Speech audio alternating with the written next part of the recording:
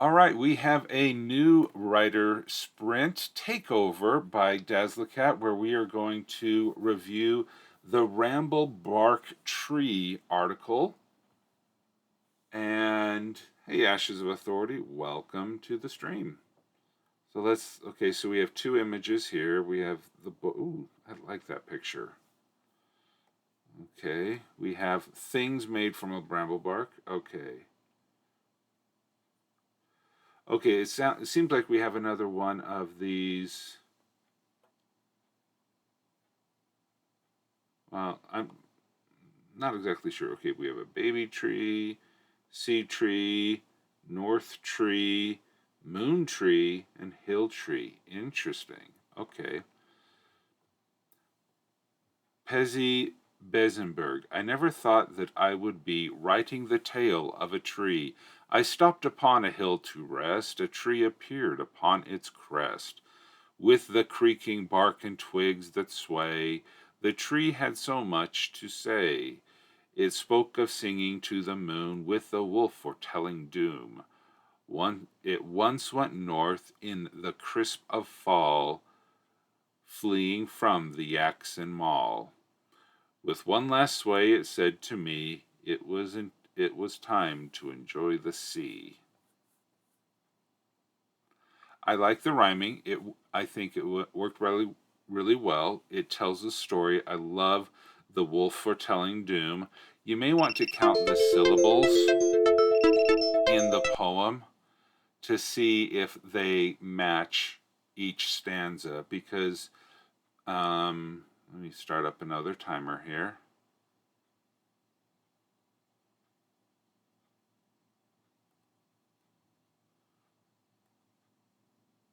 Because I never thought that it would.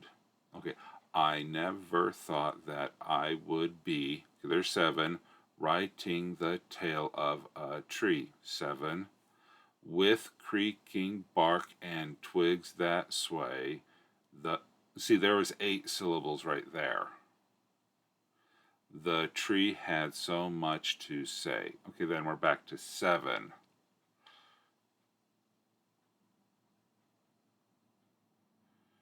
Because you could go with creaking bark, comma, twigs that sway. The tree had so much to say. It spoke. So you have established a seven syllable in the first two stanzas. So I would try to stick through that all the way. But the rhyming is good. The story is good. It's just once you get in that of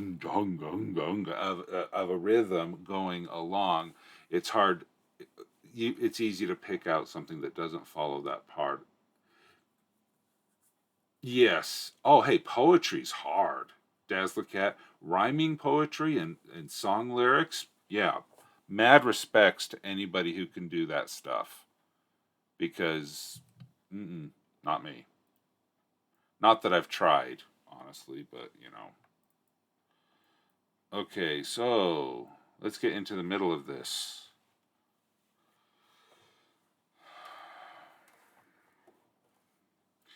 The Ramblebark is a very rare and mysterious tree. Most never know they have seen one unless they return to where they had noticed a tree and realized it was missing, roots and all. Even more intriguing, there is no gaping hole in the ground to prove that a tree had actually stood there. These trees are full of magic, and they vanish from one place in the world to appear in another. Why they do this is as much a mystery as their ability to vanish. Some think it's due to changes in the soil or water, or maybe even the weather.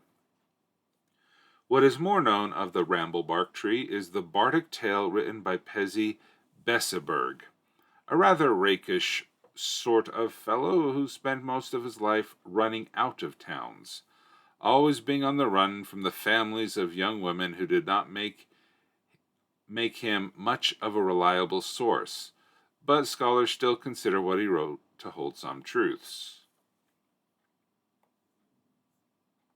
Right. Okay, so here's one. Okay.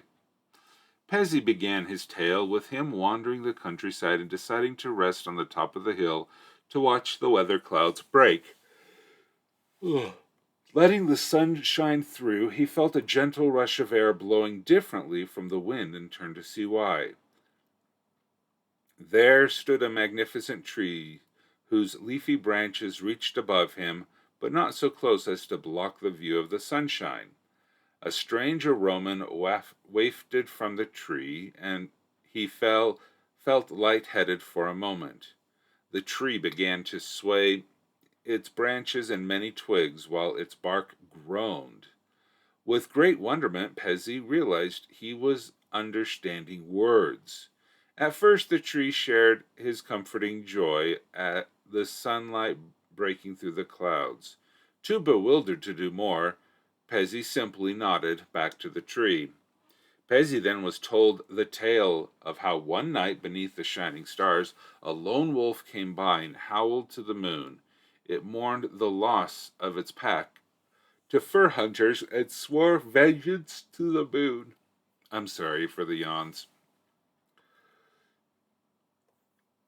I really like the imagery. There's some beautiful photographs. Pezzy, finding his voice, asked the tree how it managed to disappear. The tree told him it just could one day. All its life it had grown in a forest with so many other trees, enjoying the flavor of the soil and happily growing to reach more and more sunlight. Then, one fateful day, in the time of morning frost, the tree was busy getting ready for its winter nap by coloring its leaves so they could fall. The thuds of fellow trees falling before their time echoed to its roots. The terrible thuds neared until the clear ringing of metal to wood shivered its branchlets. Realizing doom was about to fall it, the tree wished with all its heartwood not to fall. Clever heartwood. Nice, I like that. Suddenly there was an answer coming through its roots from another tree, telling it to feel this new dirt. The tree reached for this new dirt, and suddenly the forest was gone. It had moved away from the forest to a strange, chilly tundra, where it could take its winter nap far from those who swung sharp metal. And I'm glad. Okay, swung sharp metal. That is that is good word choice there, because you are not, the tree doesn't know the word axe, I would presume. But the those who swung sharp metal, because that's probably how a tree would describe it. If a tree could describe it, they wouldn't know the human word for it, so it had to come up from its word. So I really like that phrase. Ooh. Pezzy cheered and smiled at the tree escaping the woodcutters. And see, Pezzy would know, but not, yeah. In his own thoughts, he felt terribly conflicted. Wood was very much needed but the thought of killing such a spectacular tree get it sickened him. Killing such a spectacular tree to get it sickened him. Somehow, sensing his feeling, the tree assured Pezzy that, like those that run about, some are meant to simply serve the seasons, while others are meant to contemplate beyond the ken of seasons. I'm not sure what. Maybe that's just a word that I don't know.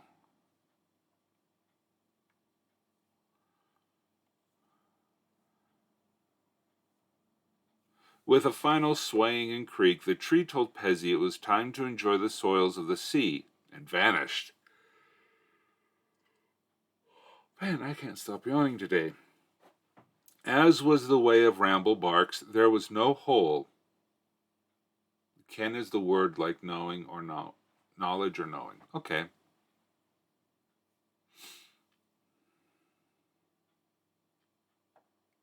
Then, is there a particular reason why you use the word can, which is more, um, well, why is there a reason for you to use a word that is more obscure than the word knowledge or knowing? Because if there is a specific reason using the word can, like in poetry, because you needed a one-syllable word that meant knowledge. I could go for that. Okay, yes, there is a specific reason. Good, then keep it. As was the way of Ramblebarks, there was no hole or any sign that the tree had been there. I don't know. Or so Pezzy thought until he saw something tiny waving in the wind. Kneeling down, he saw the tiniest of trees growing where the Ramblebark had stood a moment ago. Filled with a sudden need to foster this child tree, Pezzy dug in his pack and took out his only jar that had somehow broken during its wandering. With great care, he scooped up dirt and put the tiny sapling in it. Pezzy carries the tiny sapling deep into the forest to a place where he felt was safe. Just as he transplanted it, the tiny sapling waved goodbye and vanished, taking the glass of broken jar with it. He never saw the sapling again. Interesting. Yeah, I'm really enjoying the read. I'm not finding a lot. The reading is very smooth, and so I think it's going really well there. Okay, things made from Ramblebark. So okay, finding any bits of Ramblebark tree is almost as difficult as finding a tree. Taking such parts can lead to clashes with the Fae, making them even more costly and rare. Powdered Ramblebark. A pinch of it inhaled grants the person the ability to vanish and reappear 5 feet away. This can be repeated several times for about a minute. In addition, this person can speak to and understand the languages of plants for an hour. Oh, okay. So we're getting into... Okay, cool. Ramblebark wand, crafted from branches or twigs from Ramblebark tree, the wielder can vanish and reappear somewhere else a mile away. This can be done up to 3 times before the wand weakens. At every dawn, the wand recharges 1 use. Ah, okay. Ramblebark sage, made from a blend of ground Ramblebark heartwood and sage. This incense is burned with wood bits from another type of tree. A person who meditates in the aroma smoke will find their mind flooded with a feeling for where every living tree of that kind upon the world. Then, until the next dawn, that person is able to touch one of those trees and vanish themselves to another of those trees anywhere else in the world. Holy cow, that is cool.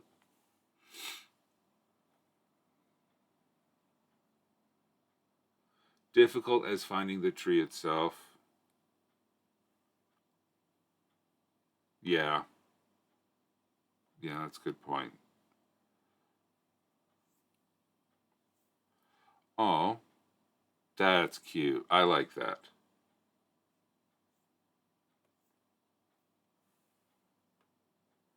Yeah, I really like this. This is some good stuff. Um,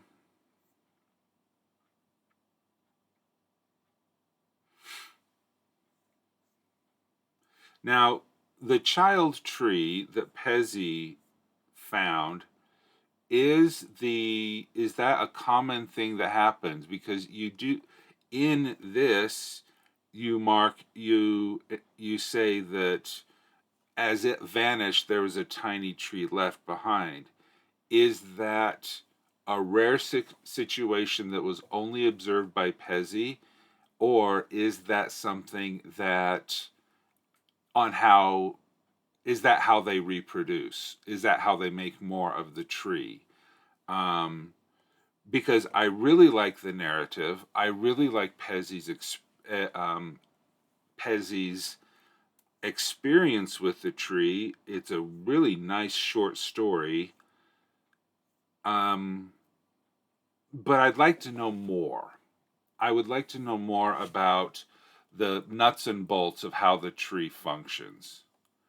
I would probably put it, I mean, if you're using, I'd like some headers because these two paragraphs here at the top are a lot more about the tree. And from here down is the story of Pezzy. I know that you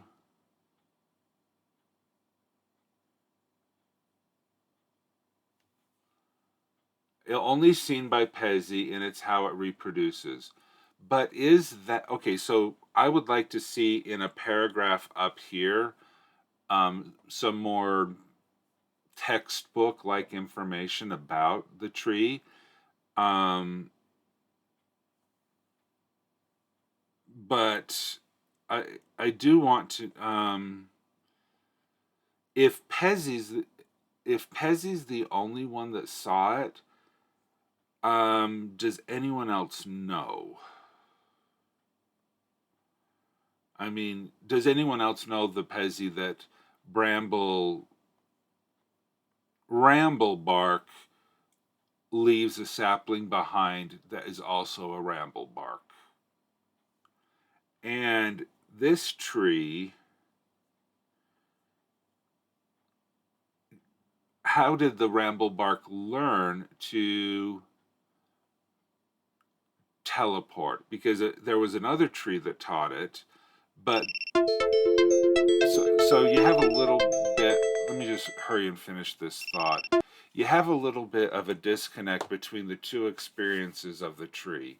You have the main tree talking to Pezzy, who told the story of how it was panicked, and then another tree touched it and told it how to search for other soil.